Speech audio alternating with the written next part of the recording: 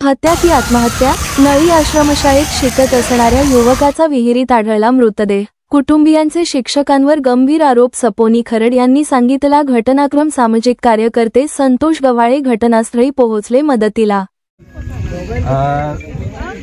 परवा दिवशी म्हणजे दिनांक 2/10/24 रोजी नळी येथील आश्रमशाळेतील आशिष बाळू काळे वय 14 वर्ष हा मुलगा तिथून बेपत्ता झाल्याचं कळल्यानंतर काल आपल्याला पोलिसांना माहिती मिळाल्यानंतर काल मी त्या प्रकरणात गुन्हा दाखल केलेला आहे आणि कालपासून आजपर्यंत दिवसभर कालचाही दिवस आजचाही दिवस आम्ही स्वतः आशिषचे नातेवाईक आणि आपले पदाधिकारी सगळे तसंच शाळेचे स्टाफ असे सगळे मिळून त्याला शोधत होतो. आज त्याची बॉडी आम्ही या त्यांचे नातेवाईकांनी त्यांचे नेते पदाधिकारी येईपर्यंत थोडं थांबायला सांगितल्यामुळे थांबलो होतो. आता बॉडी बाहेर काढून बॉडी जास्त खराब झालेली असल्यामुळे डिकम्पोज असल्यामुळं ती इथून घेऊन जाणं शक्य नाही दवाखान्यात. आणि पाऊस पण इथे रात्रीची वेळ आहे तर डॉक्टरांना आम्ही विनंती केलेली इथं जेवून PM करण्याची.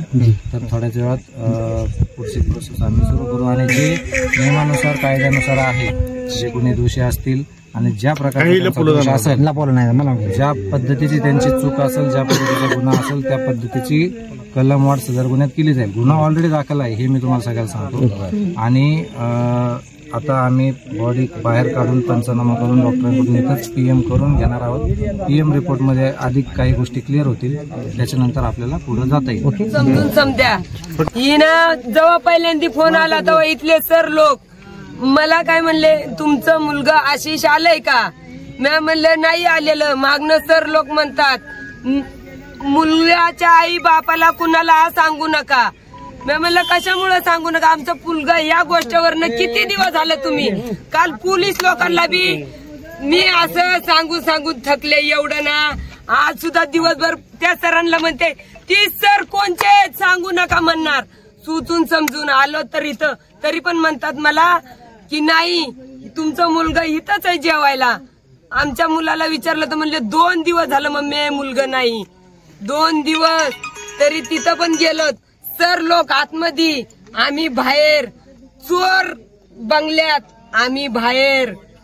बोलायला गेलात गपचूप बसा. आम्ही भटकी समाज आहे. आम्हाला कुणी नाहीये पाठीमाग कुणीच नाहीये. त्याच्यामुळं आमच्या मुलाची आत्महत्या करून पाण्यात ती 3 मुलं गेले. आम्ही हुडकायला गेलो तिकडं पण नाही. कोणत्या या सरांनी असं आमची दखलच घेतली नाही. आम्ही आलो तर आमच्या एक सर आम्हाला बोलावा तुमचा मुलगा गेलाय किंवा कसं आहे. आई बापाला कोणता सर येऊन उभा राहिलेला नाही.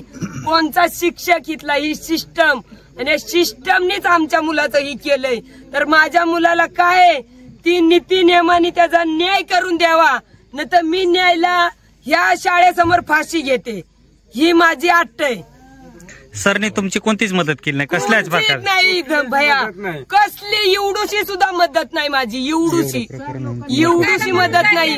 आणि मी सांगत होते तरी सर लोक ही सिस्टीम हाय तेवढं आम्हाला म्हणजे माझ्यापाशी फोन आला त्याच्यात माग म्हणत होते त्याच्यावर आले नाही तर येऊ सुद्धा नग म्हणत होता. इथं यायचं नाही आणि त्यांना घाबरू नका त्यांना सांगू नका तुम्ही बोलू नका. मी म्हणलं माझ्या मुलापाशी द्या फोन तर त्या लोकांनी माझ्या मुलापाशी सुद्धा दिलेला नाही. मग आम्ही विचारायला लागले दुपारी तरी पण मला बोलू दिलं नाही. आज हे जो मुलाचा जो मृत्यू झालेला आहे हे काय मनाने झालेला नाही किंवा विहिरीत बुडून झालेला नाही. ऍक्च्युली याला फाशी देऊन मारलेले. आणि पाण्यात जो माणूस पडतो तो पालता पडतो. आणि पाण्यातल्या माणसाची जीभ काय बाहेर निघत नाही. ह्याची जीभ बाहेर निघलेली तर याला जाणून बुजून याचा मर्डर झालेला आहे. तर शरीरावर कपडा नाही का नाही याच्यासाठी आपल्याला इथं PM करायचं नाही. डायरेक्ट उस्मानाबादला घेऊन जायचंय. इथं काय आपल्याला PM कुठंच करायचं नाही ना काय नाही. आमच्या सगळ्या आदिवासी संघटनेतर्फे आणि ताई आपले पत्रकार ही सगळ्या संघटना इथे उपस्थित आहेत. आमच्या सगळ्याच्या वतीने याला कुठं उस्मानाबादला PM घेऊन जावं. Eu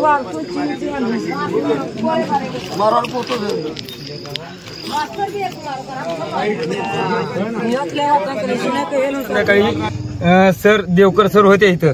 ती काय म्हणले 7 वाजायला 2 मिनिटं कमी असताना मी गेलो देवकर सर.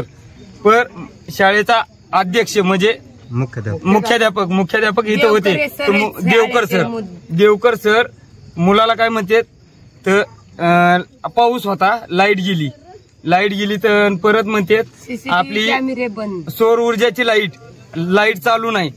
तुम्हाला दाखवा म्हटल्यानंतर जर तुम्ही लाईट बी नाही म्हणता आणि सोलर ऊर्जाची एवढा मोठा प्लॅन्ट लावलेला आहे शाळेवरती, तरी प्लॅन्टची लाईट कमीत कमी 8 तास टिकती. सोलर ऊर्जाची प्लॅन्टची लाईट तरी बी जर 2 तास लाईट पुरत नसेल तर सोलर ऊर्जेचा प्लॅन्ट काही उपयोगाचा आहे का? तुमचं असं म्हणणं आहे का सीसीटीव्ही कॅमेरा त्यांनी दाखवलाच नाही त्या दिवशी, दुसऱ्या दिवशी दाखवला नाही. समजून गेलंय आज दाखवलं. तर ही घटना म्हणजे खरंच तर विशेष म्हणजे हा मर्डर आहे. आता कुठल्या पद्धतीचा मर्डर आहे ते पोलीस चौकशी त्याचा करतील, परंतु जी ही घटना झालेली आहे ही शाळा आहे, तर ह्या शाळेला शासनाने तात्काळ या शाळेवर बंधन आणावं, जेणेकरून पुढच्या काळामध्ये अशा लेकरावर होऊ नाही घटना. त्यासाठी आम्ही सर्व पूर्ण महाराष्ट्रातले जे संघटना आहेत त्या संघटना आम्ही उठून ह्या प्रकरणामध्ये आम्ही सगळेजण लक्ष देणार आहोत. कारण की कुठंतरी मॅनेज होण्याच्या ज्या पद्धती होणार आहेत त्याच्यासाठी आम्ही खंबीरपणे सगळेजण पारधी समुदायाचे असतील, भटकीमुक्तातले जे लोक असतील ते आम्ही एकत्र येऊन ह्या कुटुंबाला आम्ही न्याय मिळवून देण्याचं काम करणार आहोत. आणि जे चालक आहेत आणि ह्या संस्थेचे जे प्रमुख आहेत त्यांच्यावर पण गुन्हा दाखल व्हायला पाहिजे, आमची ही मागणी आहे. आणि नेहमी 18 शिटी प्रमाणे दाखल झाला पाहिजे.